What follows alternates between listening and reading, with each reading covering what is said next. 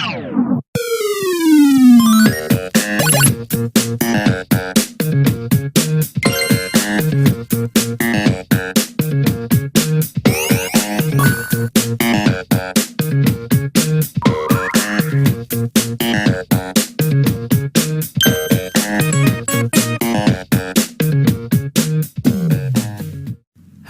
and welcome back to the Checkpoint Reach podcast.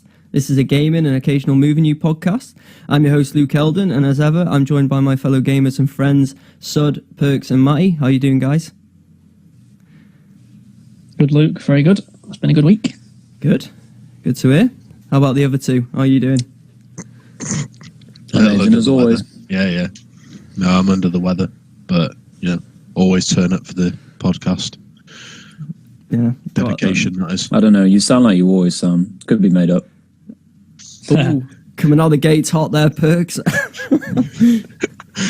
Shots fired from the get-go. Nice feisty start to the podcast. Yeah, well, we appreciate your commitment, Matty, as do the millions of fans. So yeah, I'm sure they do. They definitely do. Well, I guess we might as well go straight into the first topic anyway. And our first topic of the day is actually the biggest gaming rumours of 2019, which was an article that we found on IGN. Some of the things we're going to look through.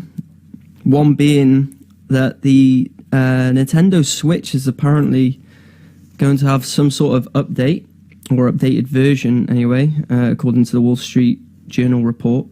Discussions with Nintendo about an upgrade with the Switch would include an LCD display. Well, an upgraded LCD display. Just wondering what our thoughts are on that. I know, Matty, you own a Switch now. How do you take that news? Would you be tempted to buy an upgraded version? Not really. I'm not surprised that this is a rumour, though, just because the console is really weak when it comes to docked mode. I'm surprised that it's an update to the actual unit itself, though.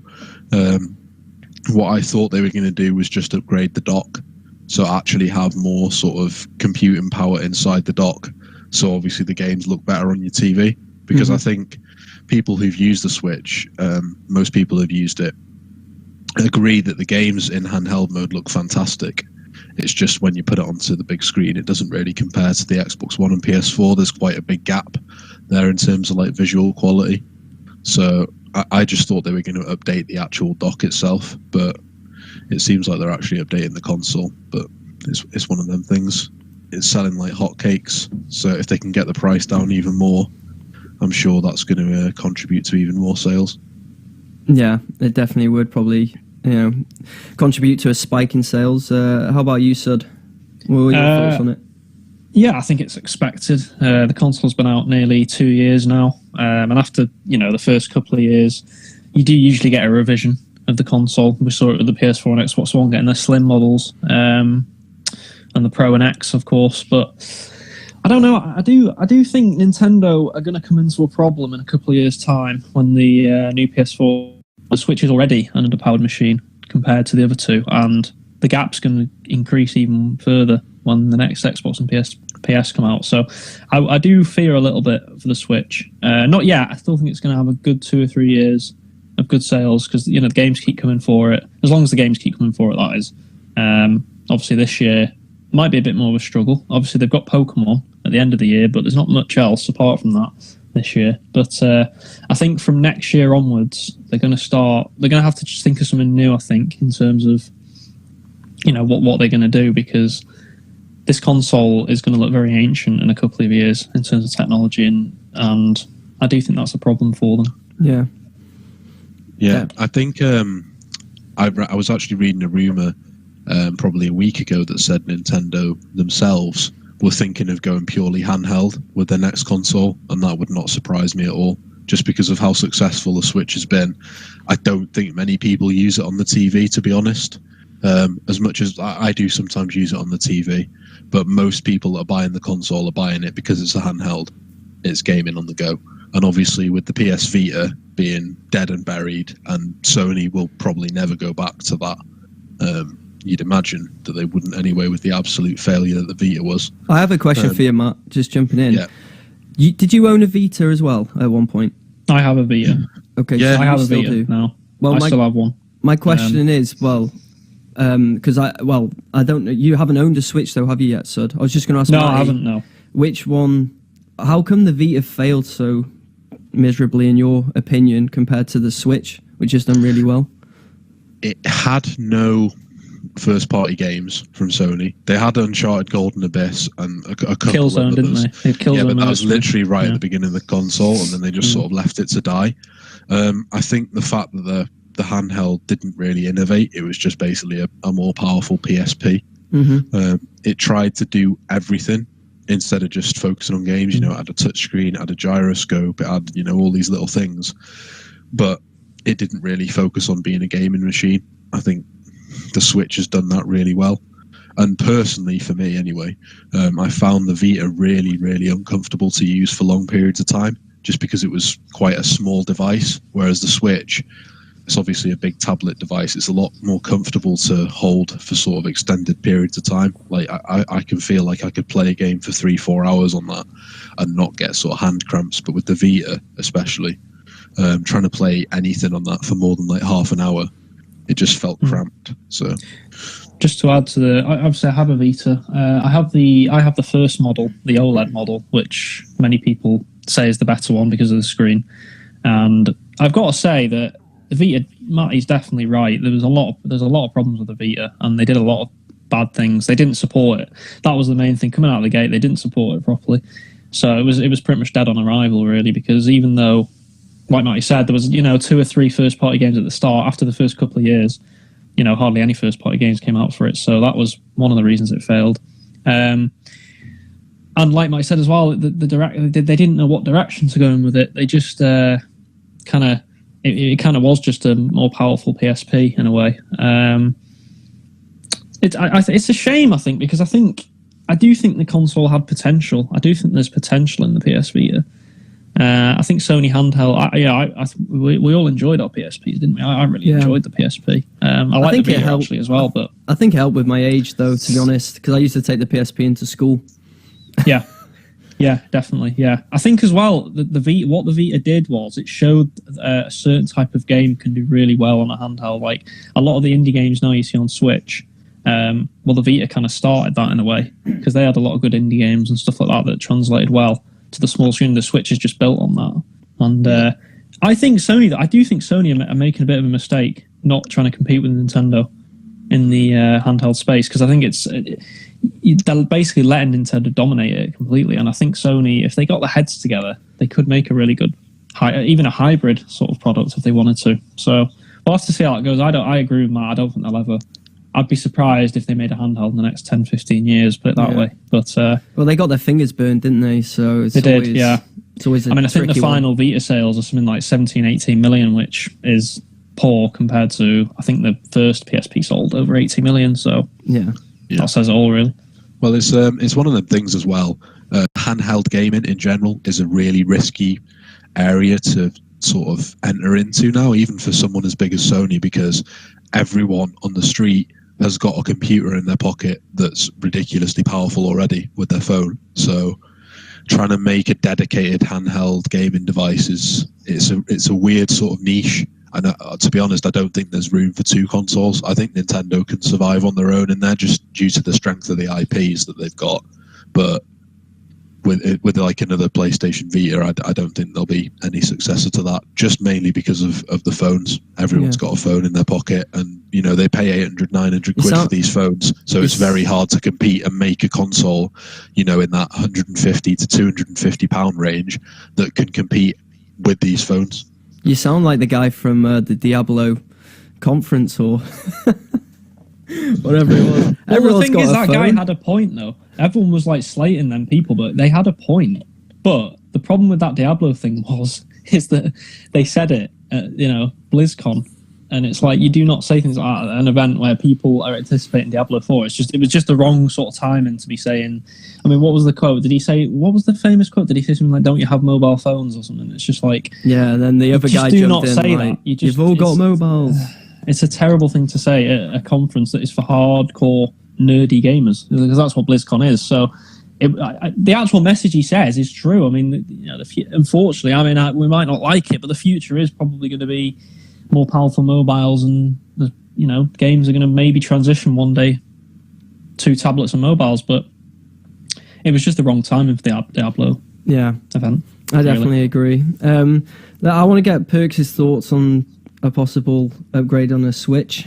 We're not hearing much from you at the moment. No, I've been quiet. I'm probably the least clued up when it comes to Nintendo products in comparison to Matty and Sid anyway, for sure. But what I would say about consoles in general, whether they're handheld or sort of stationary ones that you'd think of in the Xbox and the PlayStation markets, if they succeed, they get upgraded. Even if they fail, they typically get upgraded anyway, because they're trying to sort of claw something out of them, even if they're not very good. And the Switch is obviously insanely popular, so it makes perfect sense that there would be an upgrade after the amount of time that it's been out for.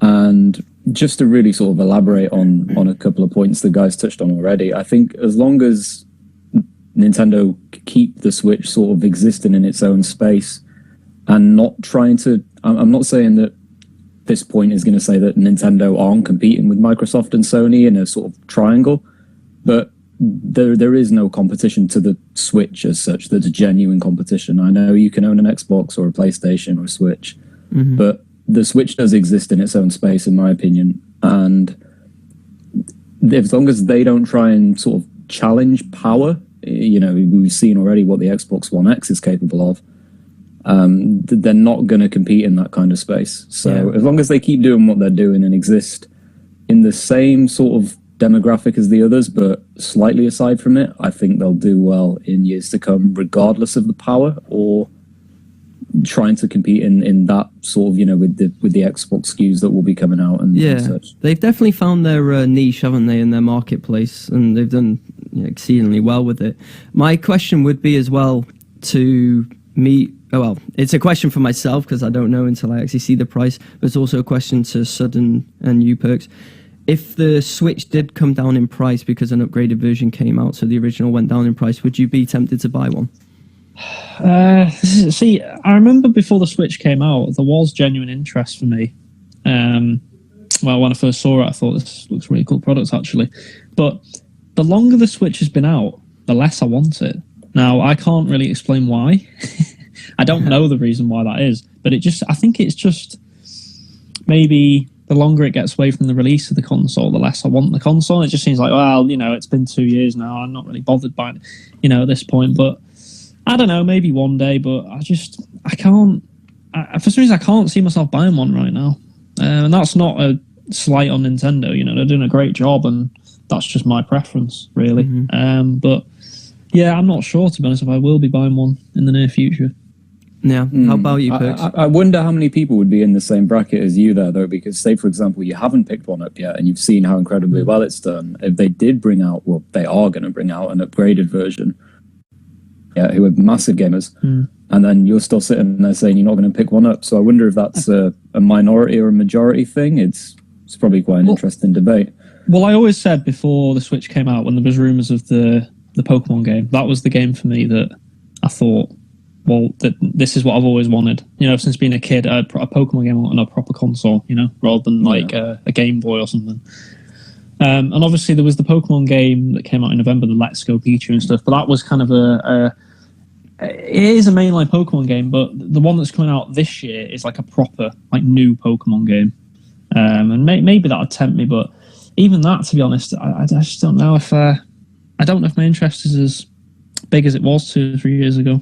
It's understandable. I think for my perspective on it is that I'm not a big handheld gamer, whether it's a mobile device or Vitas in the past or any other examples of it. I think the last handheld thing I actually enjoyed was probably the Game Boy and the Game Boy Advance.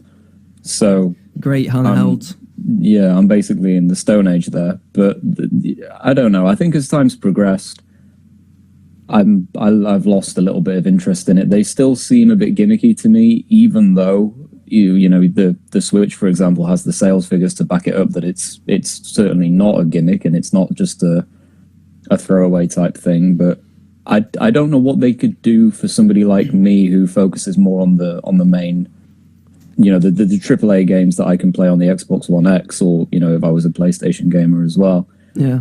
I can't get that same feeling from a handheld. And whilst they do make games like Zelda and the Mario games that will continue to be successful, they're just not my kind of thing. So I don't see what they could ever do to tempt me to buy a Switch, even if it was the best thing on the planet. I know what you're saying, because I feel the same with handheld. I can't really get fully immersed into them. I don't know why.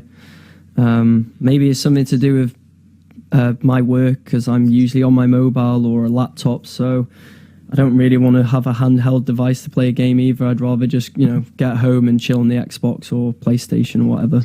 I think one thing for me as well is another reason why I'm less tempted is because we're pretty certain the next PlayStation and Xbox are going to come out next year, and because of that it makes me want a Switch even less, because I know that the next Xbox, for example, is it's pretty much definitely going to be next year, we would imagine. So that's going to make me want that console. And then it's like, well, why would I get a Switch now when the new Xbox is coming out? So I think that's another reason why, as time goes on, I'm less likely to get one. Yeah, true. I guess time will tell, because when we see the price drop, it might tempt us as a result. But we'll see how it goes. Moving on to another rumour that we found quite interesting, which was the Harry Potter RPG game that's in development. This was posted online in October 2018, and it looks, it seems to be looking like, just from reading actually, the title, yet to be announced RPG, currently titled Harry Potter Magic Awakened. So it's definitely going to be coming this year by the sounds of it. Is that something we'd be interested in playing? I would personally. Now, I don't know whether that's nostalgia speaking, because of the old PS1 and PS2 Harry Potter games. Great games. Do you know what? I think by the sounds of it, though, what it is going to be like a proper RPG as well, which does interest me, because that's what I want. Like, from Harry Potter, that's what you want. You want to explore Hogwarts, don't you? And you want, I'd love there to be a proper Hogwarts that's massive. Yeah. You know what I mean? You could explore, and maybe you could go to, like, some of the areas they went to in the books, like, what was that place? Do you remember in the third one where they'd go on like trips and stuff? Hogsmeade. Hogsmeade, yeah. I'd love that. To be able to go to places like that. Yeah. It'd be great, wouldn't it? And there's other areas as well. Like, I'm sure there's the lore's massive on Harry Potter. I'm sure there's other areas you could explore. Mm-hmm. But I'd love something like that, and to be able to do the classes. Maybe in sort of a, how Bully did it, the classes, but on a bigger scale. Mm-hmm. Like, they did like the little. You remember, like, the music class, and you had to hit the notes and stuff like that. Yeah, if they could do something like that with the classes, but obviously, you'd want a more sophisticated style than Bully, but I think it'd be great. I think it could be really good. I think it has a lot of potential. They've definitely got the world for it in the universe, because that world, that interests me a hell of a lot, and I would love to be able to play an RPG style. Go get my different wand from Diagon Alley, and then I head to Hogwarts. Get the sorting hat on my head and see where I get put. Well, can you imagine a system where you can constantly upgrade your wand, or like change the color of it, or change what the broomsticks and so? Yeah, it'd be cool, wouldn't it? Oh yeah, the Nimbus 2000. Quidditch. If they did a proper Quidditch system and stuff like that, where it was actually fun. I just want to jump in front of the Hogwarts Express, jump onto the tracks, and they'd have to make it an 18 M-rated game. Yeah, I'd love that. An 18 rated Harry Potter using Expelliarmus, and they just blow up into giblets.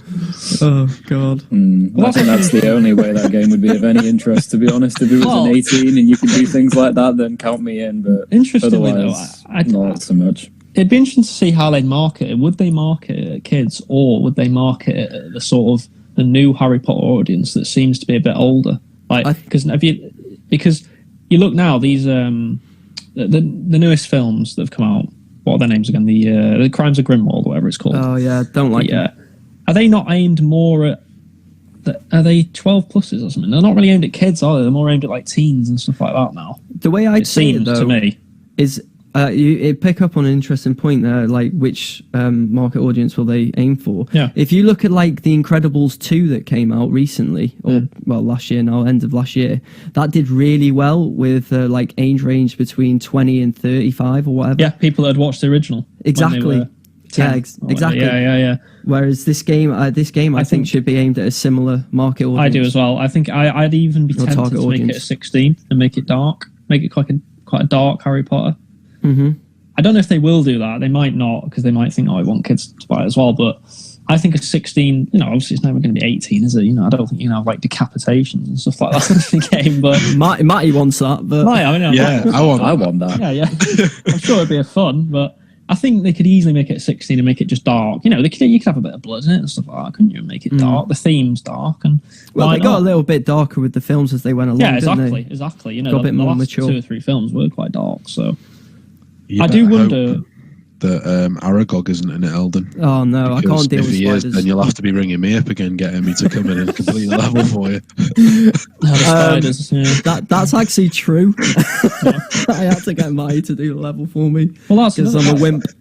that's another area, isn't it? They could explore fully, like the grounds. I mean, they could exaggerate even a little bit and make the grounds bigger than in the books and films, and make I it think so that on that point, there's a lot of things that they could do. They've got a massive scope, obviously, with the Harry Potter universe to make a good RPG, and we all love an RPG. But I'm going to call it now that if this game is a thing, that it's going to be a flop. It's going to not take off in the slightest. It's going to be a disaster. Games like this just don't do well. That's a sound I bite. don't know. That's a sound bite. I don't know. I think I think you're underestimating how popular Harry Potter is right now. Yeah, like I'm not saying that it's not popular. I don't know how, because it's garbage, but it is popular. This sounds like a bet. If this Harry Potter RPG exists, Perks, then it'll sell over I think 4 so. million.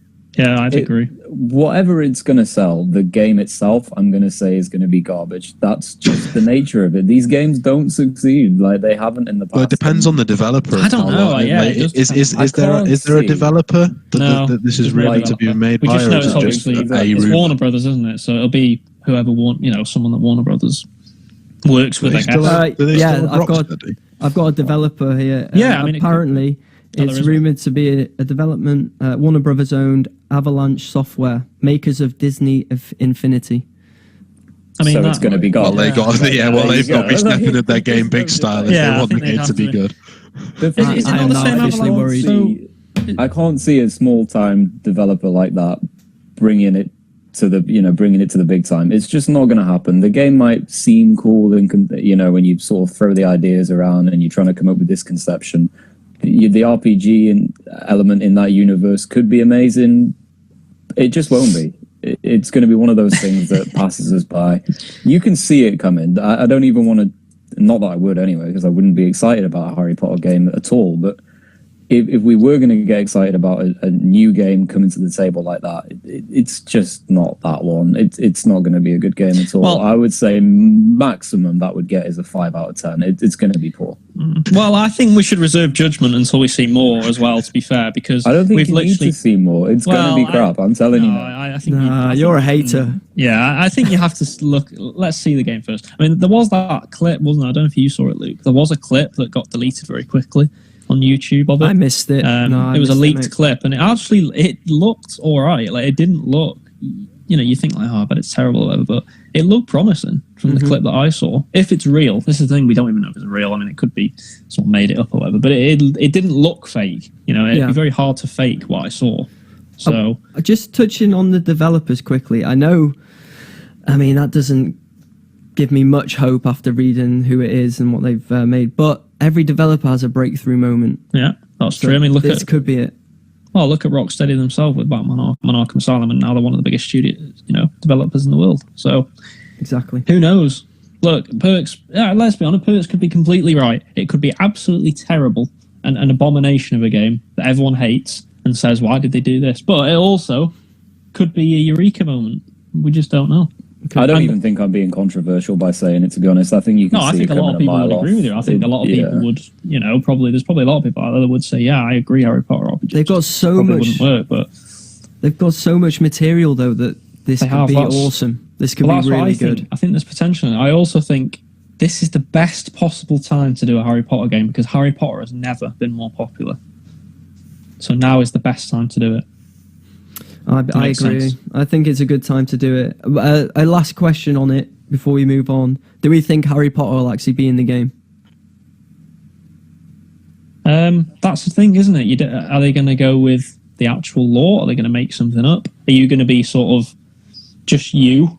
Mm-hmm. You know, a male or at the start, are they going to just be like, oh, right, design your own character, which I think would be better. That's what I want. Personally. Yeah, I want that as well. I don't want to be Let's like... be honest, going that's around what they Harry Potter. have to do. They can't make everybody play as Harry Potter. Yeah. That's ridiculous. Yeah, it'll be create your own character, and Harry Potter will be giving you fetch quests like in every other RPG. Oh, go and get these books for us, Jim. That's what the game will be called. Harry Potter and the never-ending fetch quest.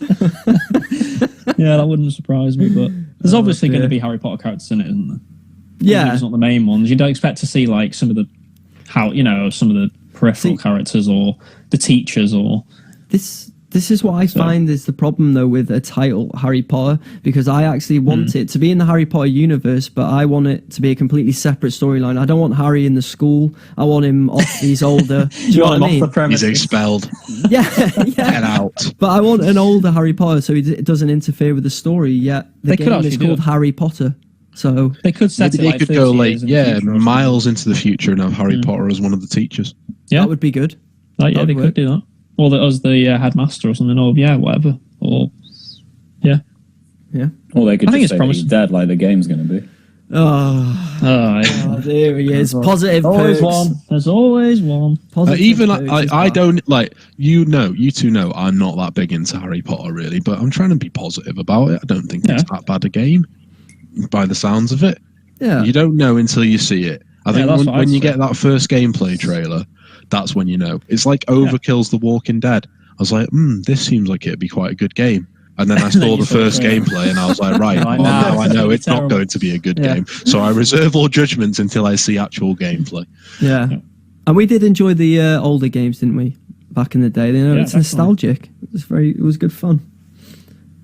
Yeah. Well, let's have a look. Scrolling down the article, the next one that pops out is Rocksteady's mysterious next game.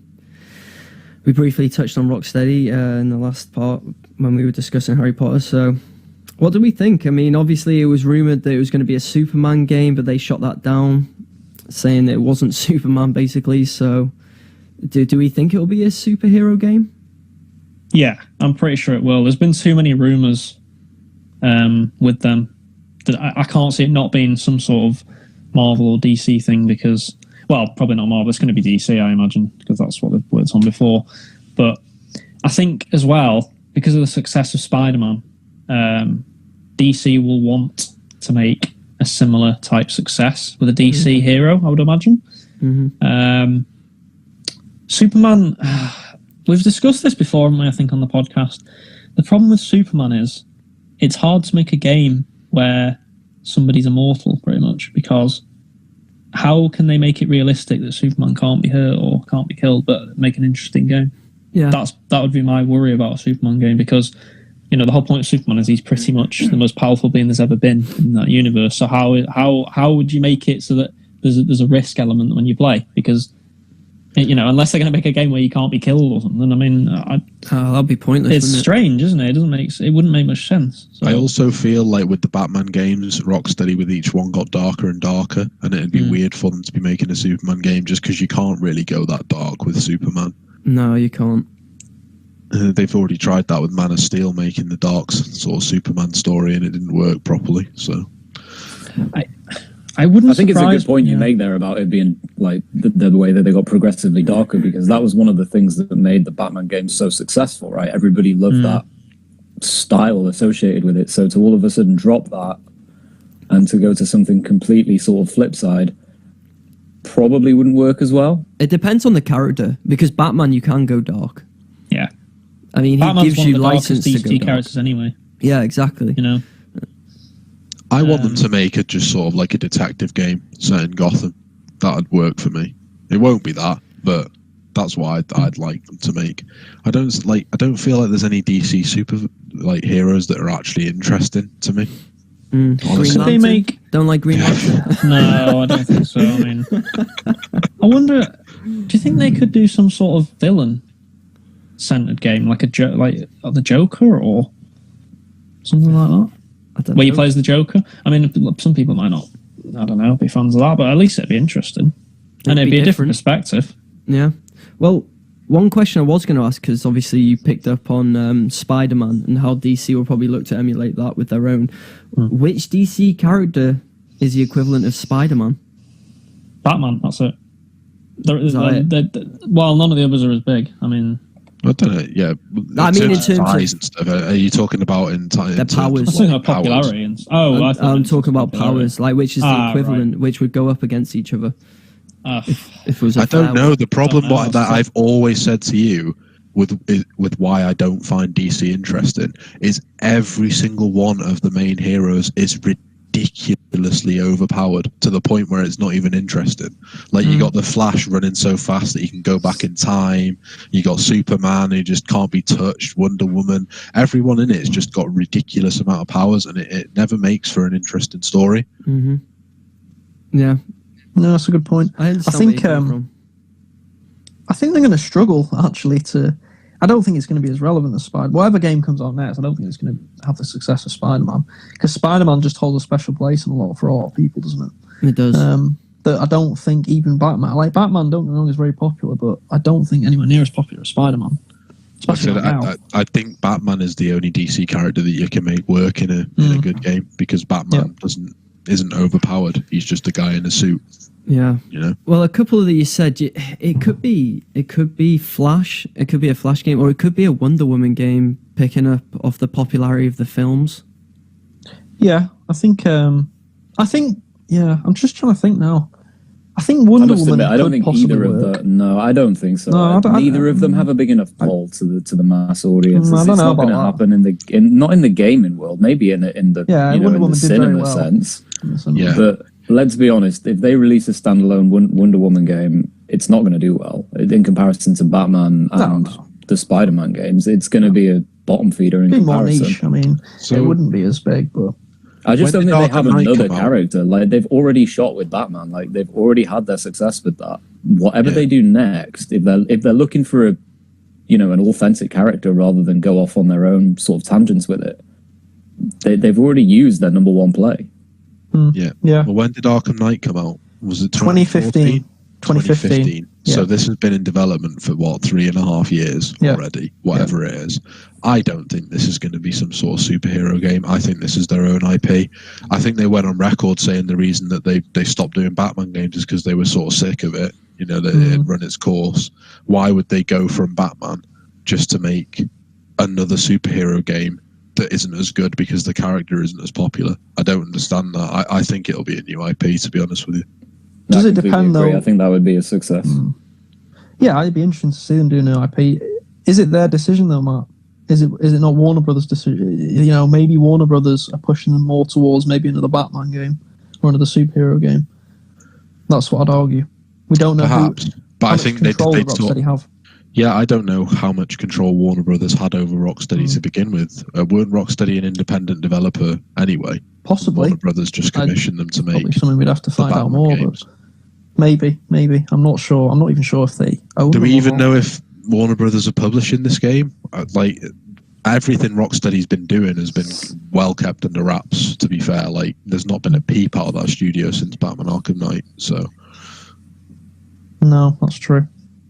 I suppose we'll have to wait and see. I think we're going to find out this year, though. I think this is the year they have to finally announce what they're doing, because people for 2 years now have been saying, are you going to be the next E3? Are you going to be at this event? And they haven't been at any of them. So I think this year's E3 will probably be when they announce the next game, you would imagine. Yeah, it seems like the timing lines up, doesn't it? Yeah. It's I always feel like DC these days is playing catch up with Marvel. Marvel brought in a Marvel universe into obviously the cinema world, and DC then followed suit a bit too late maybe. But then with the games as well, like you're hearing, obviously since the Spider-Man game is going to be the first of a Marvel universe of games. Is this what DC's going to try and do as well, do you think? Possibly, they could possibly. I mean, they're competing in the cinema world, so why not compete in the gaming world as well? Mm-hmm. They're two money makers, aren't they? I mean, look how much. I mean, we're going to get into it, aren't we, in a few minutes? But the sales of Spider-Man and stuff, it shows that gaming it's massive now. You can make money off gaming, so there's no reason why they won't compete in that space with Marvel. No, definitely, I agree with you. I think that's what we will see in the future, anyway. Another then rumoured thing here is a new BioShock game is apparently in the works. Now, I didn't really play the original BioShock games. However, I know you three are massive fans. I know it's scandalous. I should have played them, but I don't know why I didn't. I just didn't. However, you three are massive fans of the series, so you must be excited for this. Partly, but I also get a little bit twitchy because I think BioShock to me, especially BioShock 2, we all agree wasn't as good as the first one. BioShock Infinite was very good as well, but the first one I think especially is the one that is special because that game for its time was incredible. Personally, it's one of my favourite games of all time. I think it's one of the best games of all time. But I do get a bit twitchy when I hear these rumours because I think, would it be the same? Would a new BioShock be the same? I don't think it will be. I don't know. Because they've lost a critical ingredient in these games, which is Ken Levine, who no longer works for 2K. Obviously, BioShock was directed by him and BioShock Infinite, which are the two best in the series. BioShock 2 was made by its own, a sort of... 2K Marin, wasn't it, I think? It wasn't Ken Levine's creation. So it was, to be fair, in terms of sequels, it wasn't the worst sequel. No, it was okay. It did a decent job of continuing the sort of story of Rapture.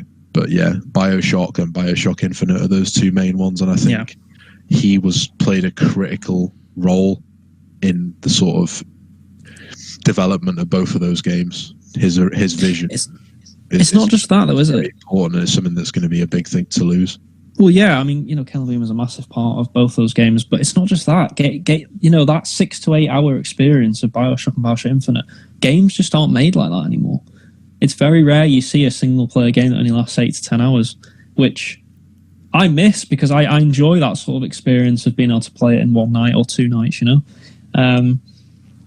But that's not the way things are going. Look at The Witcher, look at Assassin's Creed Odyssey, look at, Grand Theft Auto, look at Red Dead Redemption. They're all 100+ hour games now. This is the direction that single-player games seem to be going in. And I don't think BioShock lends itself well to that sort of game. I can't envisage an open-world sort of BioShock game, to be honest. I just don't think it would work. And the sort of corridor shooter that BioShock is, in terms of, it's a set path a lot of the time on the game, isn't it? There's a little bit of exploration, but you're always on a set path to your goal. And those sort of games they don't really get made as much anymore. Not in the AAA space, anyway. And I think me and Perts can agree, if they do go down the road, of a multiplayer shooter, that it will probably get cancer because it was an absolute abomination online.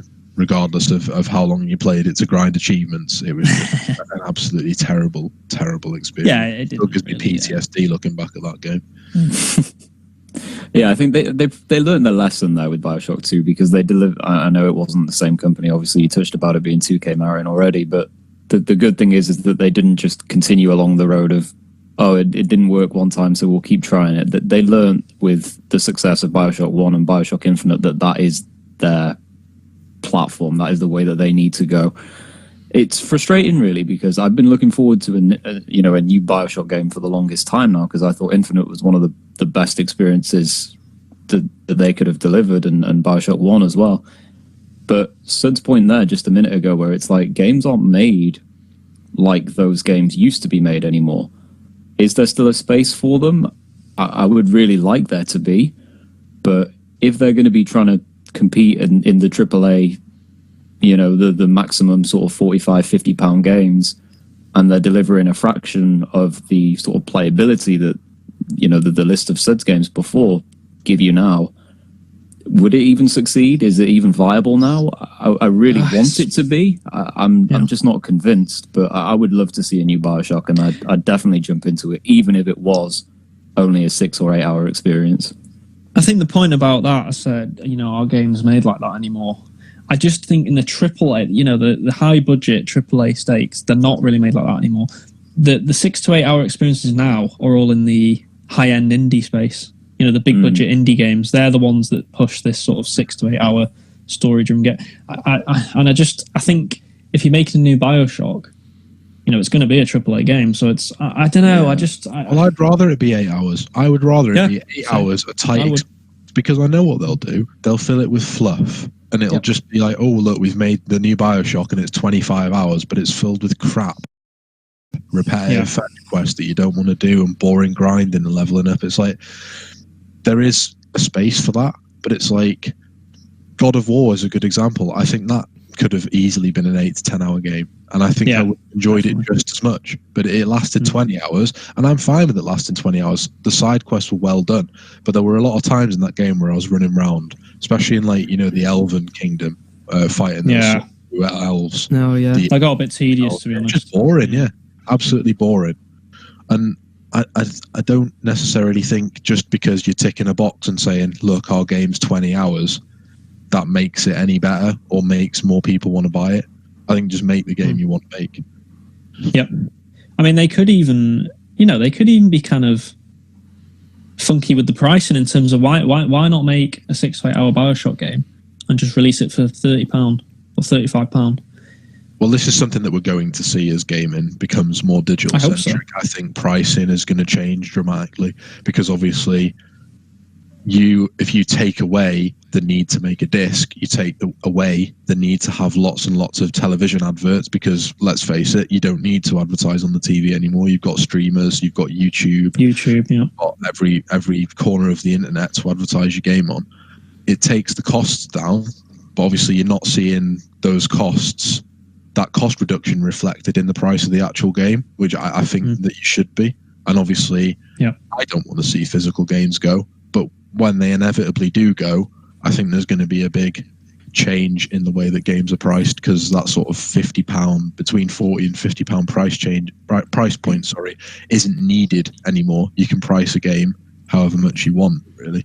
Yeah, I'd completely agree with that. I think there needs to be more things on pricing, because you see some of these games come out for £60. You look at the difference. Say a game like The Witcher or Assassin's Creed, which has got so much content in it, it's unbelievable. Like them two games, and then you look at another game that's maybe a 4, 5, 6, 7 hour experience, and they're both the same price, and you think, well, that makes no sense, because standardized price, it's strange, and it will change. But I think there's some sort of mental block almost in people's head where they see a game that isn't £50 and they're like, well, this isn't good because it's not 50 quid. How's it good? It's a budget title. They see a budget price and they think this must be a budget title. That's definitely a problem. You could argue The Witcher's worth 100 quid. Yeah, if you go off actual worth and what you're getting off out of the games, I mean, especially the Game of the Year edition as well. I mean, I think you can get that Game of the Year edition for Witcher for something like £15 now or something, and it's like that must be one of the best purchases you can possibly have in gaming. That Witcher Game of the Year edition, you're literally getting nearly 200 hours of content. Does that include both DLCs? Yeah. I mean, that's ridiculous. Awesome as well. That's absolutely ridiculous that you can get a game of that magnitude and how good it was critically and how much content there is for £15. I know the game's nearly 3 years old, but if you haven't played it though, and you get that game for £15, that is a bargain. The Witcher's the standout game of the generation, so you shouldn't be missing out. I'd agree with that. Everyone should get on that while they can. If they haven't played The Witcher, give it a go. It's a very in-depth RPG. It's something that you have to commit a lot of time to. You can't really jump in and out of it. But and I would say it's slow to get going, but once you get past the first 5 or 6 hours, it's so fun. It's such a fun game to play. I feel like we've gone back in time here. We've gone back to a better time. 2015. Reminiscing about Witcher. What a game that was. It's a great game, so I don't blame you guys. But just on the initial sort of point there, I think BioShock is still an exciting topic, and I'm really looking forward to seeing if they can hit the heights they did previously. Don't tack on multiplayer, don't tack on Rapture Royale or anything like that. And just Rapture Royale, oh dear. Deliver what they can. don't have the circus of value but have microtransactions inside it. Oh, can you imagine that? Yeah, you're about to die. You go to the circus of value, and it's like pay £2 for like a health potion or something. Yeah. Well, another game though. Just moving on to another game that will interest you guys. There's rumours that an official Borderlands 3 reveal will happen this year. With development seemingly in full swing on the next Borderlands, additional rumours or perhaps an official reveal are likely to come in 2019. However, it's worth noting that 2K recently delayed a highly anticipated title from one of 2K's biggest franchises into 2020. So a lot of speculation is that game will be Borderlands 3. Is that something that you guys would also be excited for? Definitely. Yep. Absolutely. Long overdue. I was just going to say, it's a bit of a crime that we haven't had a Borderlands in this generation, really. I don't think we'll get it in this generation. I think they've waited that long. I agree. And obviously with that news of the delay as well, I think it's going to be a launch game. A launch game, yeah. What a fantastic launch game that would be, by the way. I mean... Yeah. But I've got a question. Obviously, Perks, since we last played Borderlands, last generation, the sort of MMO FPS has made a big sort of play on the console scene. Obviously, you play a lot of Destiny. We've been over that too much. But from your perspective, do you think it should be an MMO, or do you think it should stick to the tried and tested formula of sort of 4-player co-op? Because obviously the type of game that it is, the sort of shoot and loot, lends itself very, very well to being an MMO. So I'm just interested to hear your sort of opinions on what you'd want it to be. I think it's a really interesting question because, like you said, that style game now exists in a completely different way that it did, 6 or 7 years ago, Borderlands 2? I think it was 7 years ago anyway, something like that. Things have changed, and, I played Borderlands 1, I played Borderlands 2 for an incredible amount of time, and I'm not sure if it could still exist in its original form, if you like, in the same sort of addictive way, when it would have to compete, maybe not directly with the games we've talked about already, Anthems, Divisions, Destinies, but it would be quite close to them. And if all they delivered was what they've delivered, in that sort of 7-8 years ago, or even more by the time Borderlands 3 comes out, I don't know if there's still a space for it to exist like it used to back then. So I'm not sure. I think just to get away from, because let's be honest, if you play The Division or Destiny or Anthem, they are going to feel the same. So I'd like Borderlands to stick with its original theme and try and sort of change the way we perceive the sort of MMO, FPS, RPG, shared world shooter, whatever you want to call them, and come at it from its sort of old angle. And yeah, I'd like to see it exist in the way that it used to, but just sort of brought forward into the sort of modern generation. Yeah, I completely agree with what Perch just said there. I don't want it to go down the sort of Destiny Division model. I just think that's a mistake. And I can see why they'd be tempted to go that way, because they've seen the success of those type of games. But, if you talk to people about Borderlands, they remember the good times they had playing with their friends in co-op and stuff like that. I don't think people want it to be a shared world sort of game, really. I think people, even if you play it on your own, it's a fun game. Like, Borderlands on your own is still fun. Like, it's, I think that's the direction they need to go in. They just need to make it bigger, more diverse, richer landscapes, stuff like that. And I think people would lap it up. I really do. I think that's a good point. Just to interject there, it's like they already had that stuff going back all those years ago. I mean, you probably look back at it now, and if you looked at the maps and the areas, you probably think, this could be expanded on. But for its time, they weren't small environments. They were really, really good. So what they could do now, it's the sort of world is their oyster, if you like. And I think they still will have those sort of, it won't be shared world, but with the co-op, you could still play in, was it 4-player co-op it went up to? 4-player co-op, So it went up to 4-player co-op. You still had high-end activities that you'd call end-game activities now in shared world shooters. You still had raid bosses like, Terramorphous and things like that. So why couldn't it succeed in the way that it used to? And I would really like to see them go down that route. And I think if they did stick with that way, it's certainly something I could see the four of us jumping into together. Yeah, absolutely. But like Matt said, we're probably not going to see it now till maybe late 2020. So they've still got time to work on these things. I just think I completely agree. I just think you look at Borderlands 2, and for its time, it was a technical achievement as well, wasn't it? Like it looked great as well. The game looked fantastic. That cell shaded style they have for its time, that game looked really good. So you think on the new consoles, it could look amazing. I mean, they could really do something special with that game. I think all Gearbox will be thinking is just looking at the facts and the numbers. And obviously, Borderlands was a great success, a successful new IP. Borderlands 2 expanded on it in every way. The sales reflected in that as well. I think Borderlands 2 sold very, very well for them. Yeah, it sold a lot better. And then Borderlands, the pre-sequel, and I know this is very, very strange. Like it released on last-gen consoles when the next-gen consoles were out. That was a big mistake. The sales figures and the reviews for that game were pretty bad. So all I'm thinking is that Gearbox, the bean counters there will be saying, we should be looking at Destiny, we should be looking at The Division, we should be looking at this, that, and the other game, and we should be integrating this more online. Which, like I said, I hope they don't do it. I do agree with you guys. I hope that it does stick somewhat to the original formula, but I can really just see this being an MMO. And it I think what they need to consider most is this, right? If they did throw themselves into the hat with the ones that will currently exist at the time, they run the risk of being 4th out of 4 if they don't absolutely nail it. And then the game, you talk about the bean counters, it's a massive gamble. It's like being a casino for them. If they do that and they don't pull it off, they're going to be 4 out of 4. They'll be behind the 3 that currently exist. And Borderlands 3, after all the time and that we've waited for it, will flop. Whereas if they exist similar to it, sort of side by side, slightly adjacent to what's there, but come at it from their sort of unique angle, well, it should really be a sort of win-win situation for them. And the thing is as well, it's like, you think about, obviously everyone, they're a company, they have to make money. That's the whole point. And they're not in this to please us, are they really? They're in this to make money.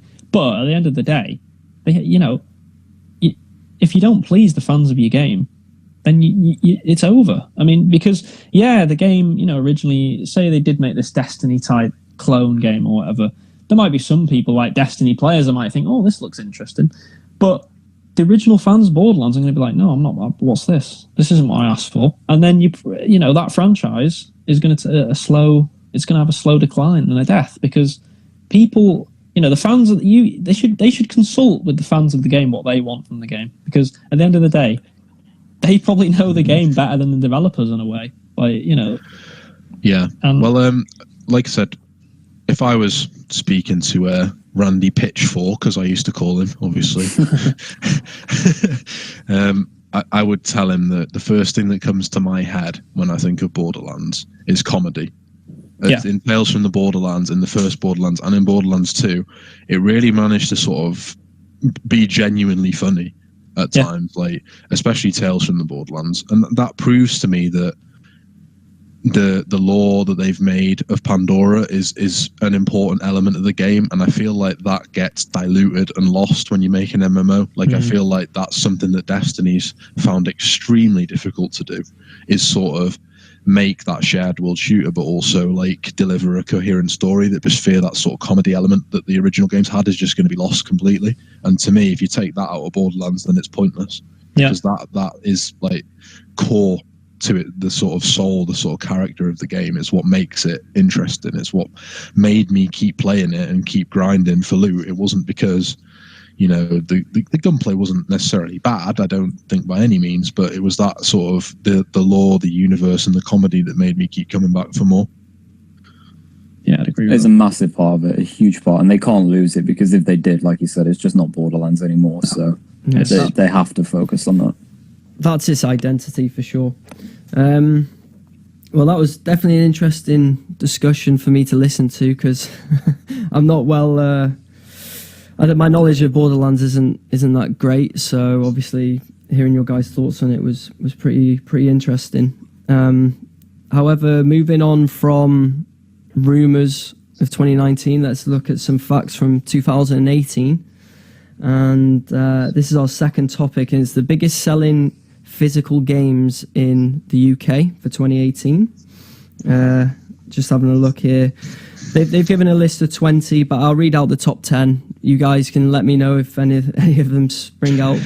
I know what's going to spring out. It's number 1. Yeah, I know. I said the same. But starting at 10 is FIFA 18. Then you have Forza Horizon 4, God of War, Crash Bandicoot Insane Trilogy, Far Cry 5, Mario Kart 8 Deluxe, Marvel's Spider-Man, Call of Duty Black Ops 4, Red Dead Redemption 2, and number 1 is FIFA 19.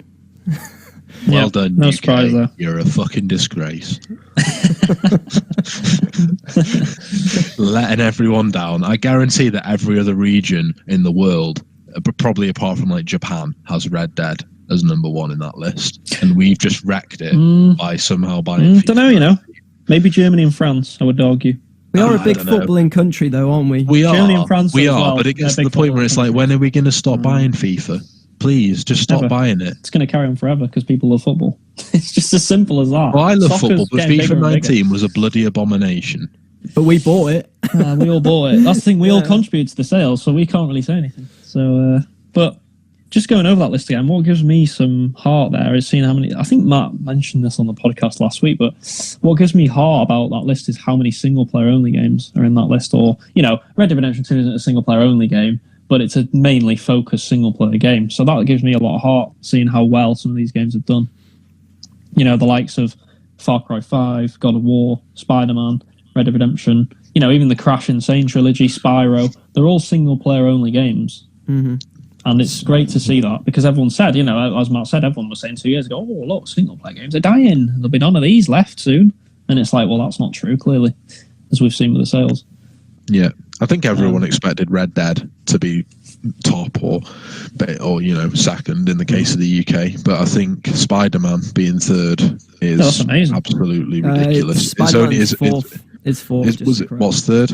Call of Duty Black Ops. Oh yeah, well that makes sense. But Spider-Man even fourth, to be honest. Yeah, fantastic. A hell of an achievement because it's only on one platform as well. I mean, if that was a platform, where do you think that would have been? I think that might have been competing. Wow, I mean, and Red Dead, although with you.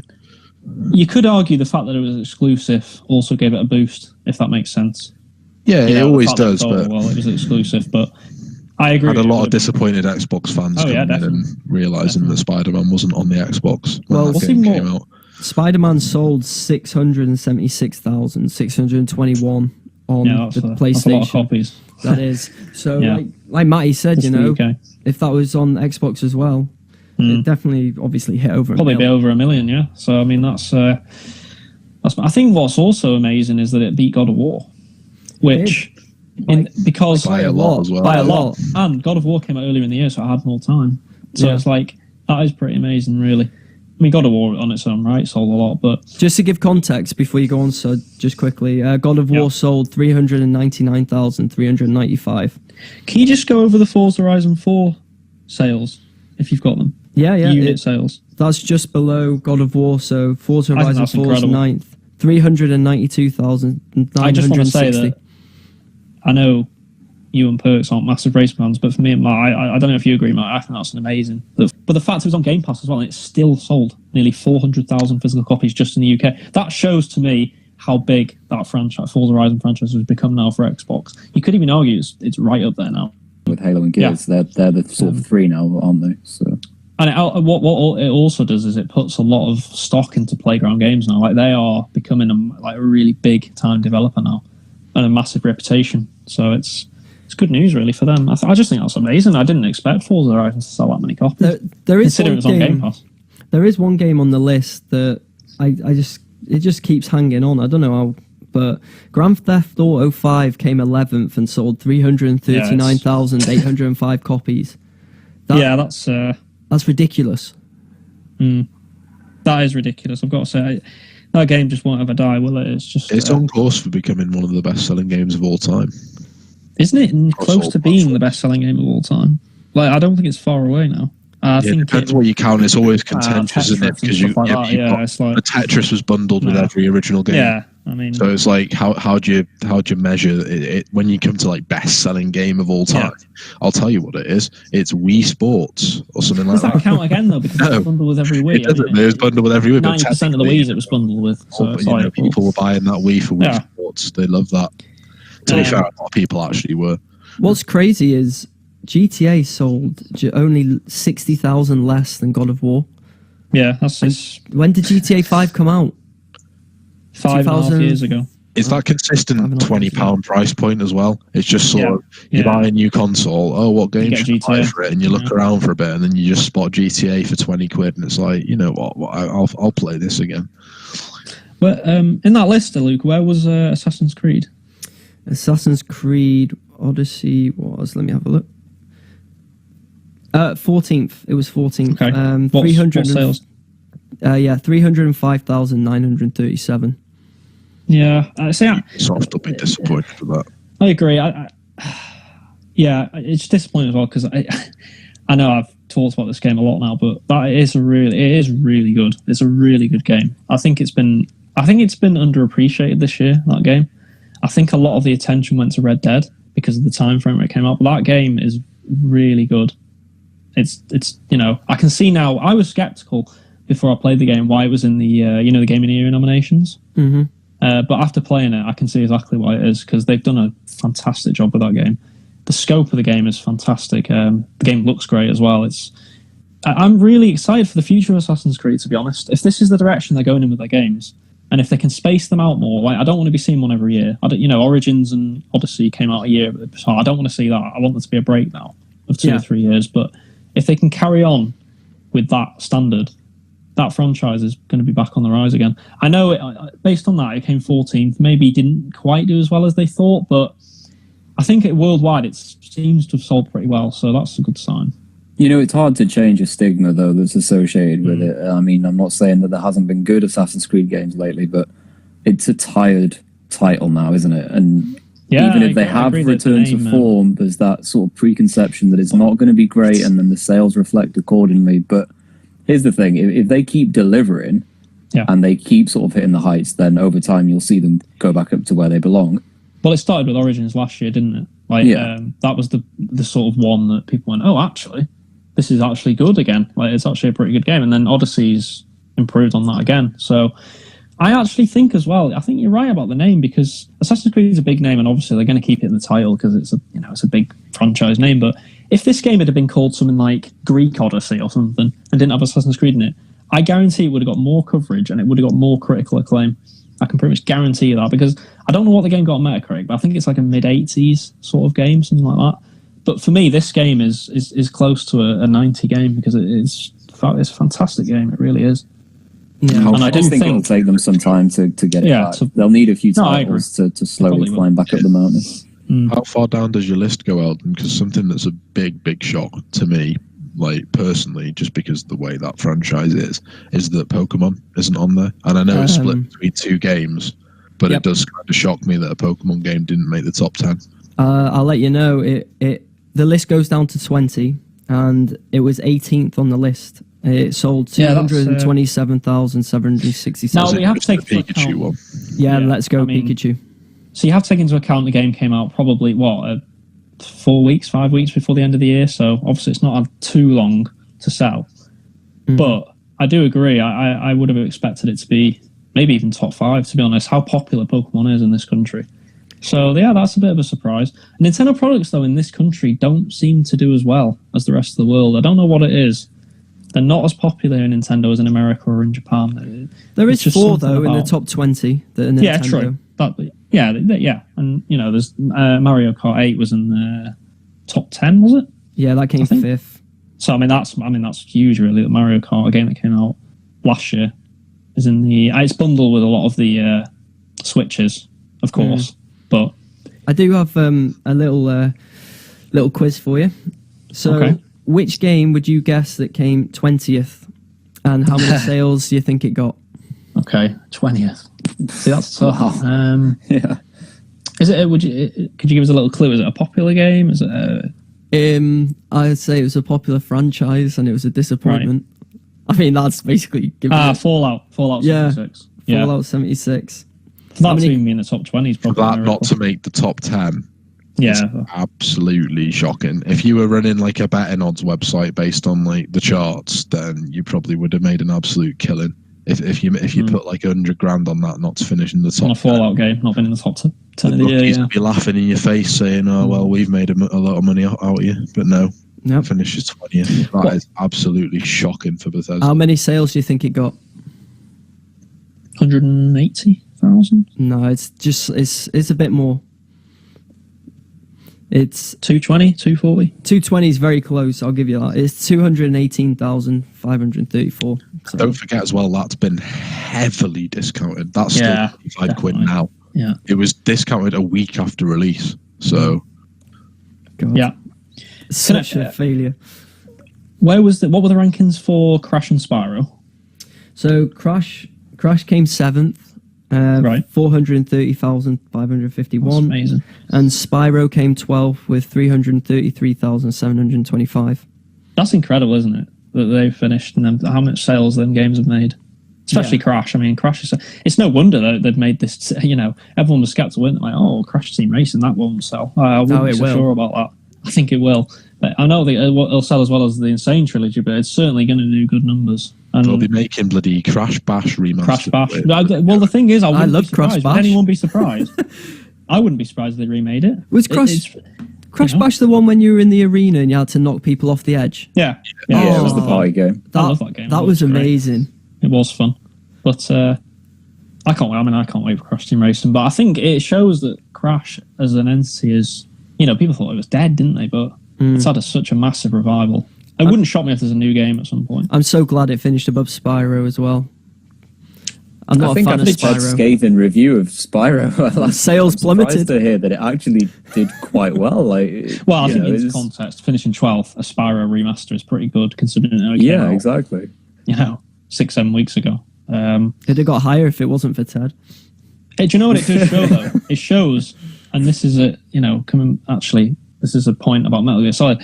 It shows that there's interest in reviving franchises, and I just think, Konami, please just make this Metal Gear Solid remake because If you're listening, if you're out there, just please. come on, guys. Stop Because- making pachinko machines. yeah, Stop just make making Metal Gear pairs. Solid. No. Like honestly, Yes. I personally think that Bluepoint are remastering Metal Gear Solid 1. You think that's what they're doing? This is far-fetched, out there sort of thinking. But after Shadow of the Colossus, they said the project they're working on now is much Yeah. bigger. That's all they said, much bigger. So read into that what you will. Obviously, Shadow of the Colossus isn't a massive franchise, but if Bluepoint, the masters of remaking games, remade Metal Gear Solid, it would literally be the happiest day of my life. God, See, I want to play it for different reasons to you two because I've never properly played the first one, as I you all can't know. believe you I haven't know, played and it. that's why I'm so Iconic enthusiastic. Well, that's why I'm so enthusiastic about there being a remake because I'm just like I want them to remake it with modern control because that's the one thing you'd say, wouldn't you, about going back to the game now? It'd probably be horrible to play now with the controls and stuff, but. If they remade it, can you imagine like a Metal Gear Solid 1 game, but with Metal Gear Solid 5's controls? Well, I know and the gameplay? GameCube. This is what I'd want. The GameCube made a remake at one point, or a remastered version. Very The good game twins. as Was it the twins? Twin Snakes. Twin was it? Snakes. That's it. Yeah. If you want to buy that, it'd probably cost you about 100 quid though. Yeah, it's a rare game. Oh, really? Yeah. Jeez, what a game though! What a game! The story's So- amazing as well. So I think if it does get remastered, we'll all buy it. Maybe not Perks, but I think you'll enjoy it. oh, So why maybe not me? Metal Gear Solid 1 was one of my favourite games of all time. I haven't heard you get excited about it. Well, I don't get excited about many things, to be fair, but Metal Gear is one that I would definitely be down for. That's certainly something that needs to be remastered. Okay, I Oh, retract what I said. All of us will buy it. Speaking of remasters, Resident Evil 2, just for all of our millions of listeners out there, the demo's just come up now on the store. Yeah, I saw A that. one life demo. So you get one life and then the demo's deleted and you're never allowed to Well, if you download accidentally it again kill when you yourself in die. the first 10 Then seconds, you don't get to that's play. It's a bit harsh, I really. think that's pretty cool though, to be Yeah, It's a good I honest. think idea. it's cool. I kind of like it as well. Yeah, it's a great idea, but people are just... I wonder if you can get to the end of the game. Yeah. Maybe. No, I think it's 30 minutes. Oh, right, okay. Mhm. Yeah. So 30 minutes or one life. Yeah, Sellouts. I think that's a cool idea though. To be honest, They should have Well, just I made think you play it on the hardest difficulty and just let you play the whole game. Yeah, but someone Yeah. would beat it. Someone would do it. Some master of the game would do it. So it's probably why they haven't done it like that. But Well, the last bit of news I want to finish on today, when we were speaking about sales and facts as well, is that the PlayStation 4 sales have now exceeded 91.6 million worldwide, which it's, astonishing number, really. yeah, it's done it in 5.5 years. Yeah, and Or just over 5 years. It's ridiculous. yeah, and for context, the PS3's lifetime sales were around 84 million. Yep. So Yep. I think it's safe to say Sony have had a success here. No one's surprised, but there we are. I mean, it's going to end up on. It's going to be way over. It's going to be 120, 130 million. Yeah, by this whole time, because people think, don't they? Well, when the PS5 comes out, that's it. But that won't be it. People will still buy PS4 Something because they'll go down. really, really impressive is that console is still selling, and it's 250 quid. Yeah. And the Xbox One S is 180 and bundled with a game, and it's still selling. It's 70 quid more for pretty much the same console that does exactly the same thing, but people still want it, just probably due to the strength of those exclusives or just the mind share, the market share that console's got at the moment. Do you think they'll do a PS2 and put it to $99 at some point, or £99? But maybe in a couple of years when the PS5 comes out. Depends, because even with like just the way that consoles are now, they're just more expensive to develop in general. I think they might get it down to 150 with a game. I think the game it'd sell absolute hotcakes. Even when the PS5's out. I think when The Last of Us comes out, that's when you're going to see a price cut. Yeah. Because that game, you'll get a price cut. It'll be, probably 200 quid with The Last of Us bundled in or something like that. Because with The Last of Us as well, just going off on a little bit of a tangent, but we assume that game is going to be a sort of, maybe even a cross-platform game, possibly. Do you think it will be cross-platform. Not cross-platform. It'll be the swan song for the But PS4. Do you not think they'll do GTA style? Remastered. Yeah, I think they might do that. GTA came out on 360 and Xbox One, didn't it? And PS3. Well, it came out a year later, didn't it? Yeah. I don't think they'll have to. style. Honestly, I don't that's think a they'll great way have of to going be honest. Because, sorry to interrupt, Bergs, but if a PS5 comes out and what it is going to be, we're all assuming it's going to be completely and utterly backwards compatible, seamless with the PS4, why would you need a remaster? True. Well, money, because that Last of Us remaster made tons of money on PS4. But people would That's still the be only thing buying I'd The say. Last of Us 2. It just True. wouldn't say Last of Us 2 remastered. They could do both. And probably make loads of money, to be fair. But yeah, with the sales, though, just in general, I mean, it's going to, obviously, like Matt said, probably, maybe just about, I think it's going to be under PS2. I don't think it's quite going to get to 150 million, but you're definitely looking at 130 million at least, maybe 140. So, I mean, it's incredible. So it really is incredible how much it's sold. And it makes Xbox look a lot worse because, by all accounts, we don't get actual figures from Microsoft anymore. But we think it's around 40 million, maybe just over 40 million, and it really puts into context how well the PS4's done. Jeez, smashed it. The Xbox One is probably going to finish on about maybe 55 million, all said and done, which is nothing to be sniffed at. That's still relatively decent. But then you think... All this, after the start of the generation, people saying console gaming is dead. Well, that's it. And, between them, they're probably going to do... with the Switch as well, these three consoles are probably going to do like 300 million between them. So, at least. So... Doesn't sound dead. It's amazing, really. No. Well, I think that's a good topic to leave it on for today. Amazing sales there for Sony, and I'm sure they'll be very happy with that.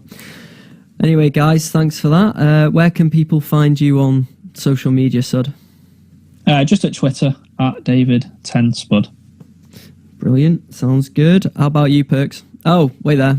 At Corpse. No, it's at Corpse that is most definitely me. If you can find at Corpse, I'm sure the owner of that account will really appreciate it. You'll have to buy the account off him for like £2. Yeah. No, we'll stick with at JG Perks, but you can tweet to it or not tweet to it as much as you want. You won't get a As if response. you gave out your real Twitter account. Yeah. Positive step forward. Yeah, after 4 or 5 weeks, it's been a long time coming. Secret. Well, secret's out there. There you go. The secret. There you go, people. Veil has been lifted. Yeah, get on Twitter and harass him, and he'll ignore it. Tell him how much you love Harry Potter and I mean, I welcome the interaction, but it's not going to happen. So. So you don't welcome it. No, I would, but it won't happen. So it's kind of like you can advertise it, but sick of this. Right, fair enough. We'll move on. Matty, where can people find you on social media? At Matty Cheatham on Instagram and Twitter. Sounds good. And I didn't say Little Jimmy today, so I just thought I'd say it now, just to get it in, because obviously there are people that listen out for Little Jimmy every week, so he had to make at least one appearance. The Little Jimmy counter. There's your one. Little Jimmy counter. I mean, I'm up to like 5 now, so yeah, that'll do. Let us know in the comment section if you're a Little Jimmy. And yeah, please do that. You can also find me on Twitter at Leld, LEL3Ds. Add a 9 on the end for Instagram. And you can also follow Checkpoint Reached on social media on Facebook, Twitter, and Instagram at CheckReachPod. On YouTube, it's Checkpoint Reach Podcast. So if you're listening on YouTube, give us a like and ring the bell to be notified of our next episode. So yeah, guys, thanks for joining on that. It was good fun as always. Have a good week. Bye. Bye. See you guys.